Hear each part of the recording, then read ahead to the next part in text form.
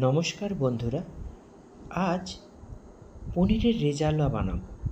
পনিরের রেজালা বানানোর জন্য প্রথমে 400 গ্রাম মতো পনিরকে একটু বড় বড় সাইজের করে কেটে নেওয়া হলো। কেটে নেওয়ার পরে ওগুলোকে আমরা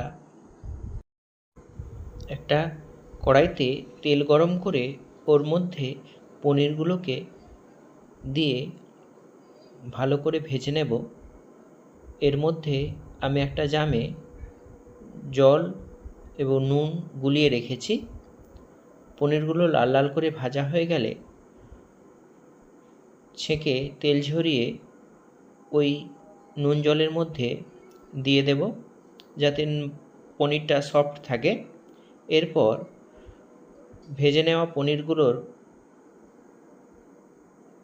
যে তেল কড়াটা ছিল তার উপরে গোটা এলাচ, লবঙ্গ, দারুচিনি দেওয়ার পর একটা পেস্ট বানিয়ে রেখেছিলাম আদা, কাজু, পোস্ত,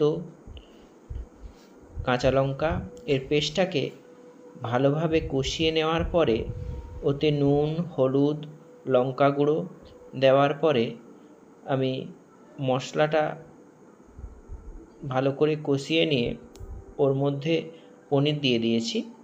পনির দেওয়ার পরে আমি মশলা জল দিয়েছি। জল দেওয়ার পরে একটু বিরিয়ানি মশলা, কেওড়া জল, গোলাপ জল, তারপর দুটো কাঁচা লঙ্কা দিয়েছি, ঘি দিয়েছি, একটু গরম মশলা গুঁড়ো দিয়েছি। দেওয়ার পরে আমি গ্যাসের নবটা বন্ধ করে দেব।